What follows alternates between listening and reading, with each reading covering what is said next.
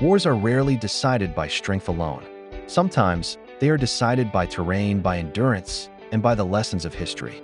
Today, as the United States and Iran clash in one of the most consequential conflicts of the decade, one question rises above all: why might Iran, against all expectations, avoid losing this war?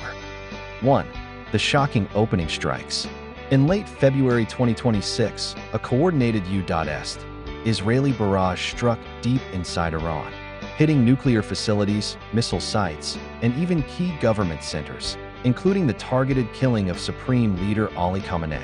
It was one of the most aggressive opening moves the region has seen in decades, but analysts quickly noted something unusual. Despite massive decapitation strikes, Iran absorbed the blow and responded immediately, launching missiles and drones across multiple U.S. bases in Bahrain, Kuwait, Qatar, and the UAE. This was the first signal of a deeper truth. Iran built its military for exactly this scenario. 2.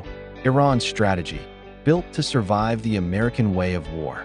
According to experts cited in the 2026 conflict analyses, Iran's defense strategy is not built around winning outright battles.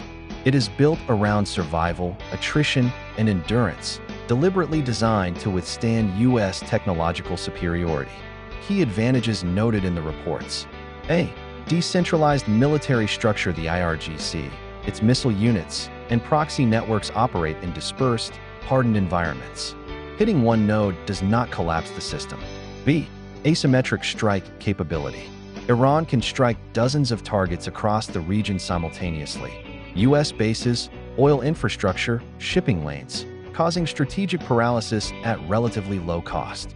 This was seen in its broad retaliation across GCC states following the opening strikes. C. Energy leverage through the Strait of Hormuz.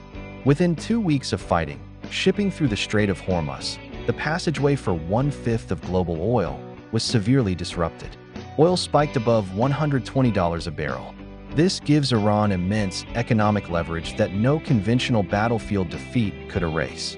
In short, the more the U.S. escalates, the more global systems, not Iran, begin to fracture.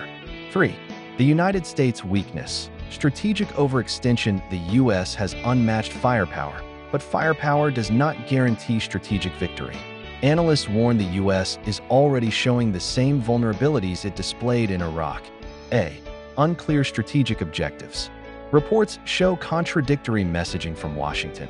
Some officials suggest the war is nearly complete, while others insist more escalation is coming. This mirrors the strategic drift of past U.S. interventions. B. Difficulty sustaining long-term conflict in the Middle East. A major study from Georgetown notes that prolonged war risks strategic overextension, draining resources, destabilizing alliances, and worsening global crises. Exactly what haunted the U.S. in Iraq. C. The terrain problem. Again, like Iraq, Iran offers no easy targets. Mountainous terrain, vast underground facilities, dispersed command structures, mobilized populations. These conditions make rapid victory nearly impossible. As one analyst put it, endurance, not firepower, is the real deciding factor. And endurance is Iran's domain. 4. Regional spillover. Iran's depth of defense. The conflict has activated what Iran calls its axis of resistance. Proxy and partner groups across Lebanon, Iraq, Syria, and Yemen. The war has already triggered retaliatory strikes in at least 9 Gulf Cooperation Council states. This creates a second strategic problem for the United States. A. Every escalation multiplies fronts. The U.S. cannot fight Iran alone. It fights Iran plus its regional networks. B. Iran can raise the cost of war without risking national collapse. Proxy warfare spreads U.S. resources thin, creating the exact kind of drawn-out conflict analysts say Washington aims to avoid. C. Global powers quietly watch and exploit instability. Russia, China, and Turkey all gain leverage from prolonged U.S. entanglement in the region. This is not a battlefield. It's a strategic minefield. 5. The central question. Can the U.S. win what Iran doesn't need to win? War analysts repeatedly highlight a paradox. The U.S. seeks decisive victory. Iran only needs to avoid defeat. And in a conflict defined by decentralized defense, asymmetric retaliation, economic leverage, regional proxy networks, unclear U.S. objectives. And global strategic risks for Washington, Iran is positioned to outlast its adversary, even under devastating attack. As the Georgetown analysis warns, the greatest danger for the United States is not losing a battle, but getting drawn into an unwinnable, open-ended conflict. The war's outcome may not be decided by missiles, drones, or even political will, but by endurance. And in that contest, Iran holds the advantage. Because sometimes surviving is winning.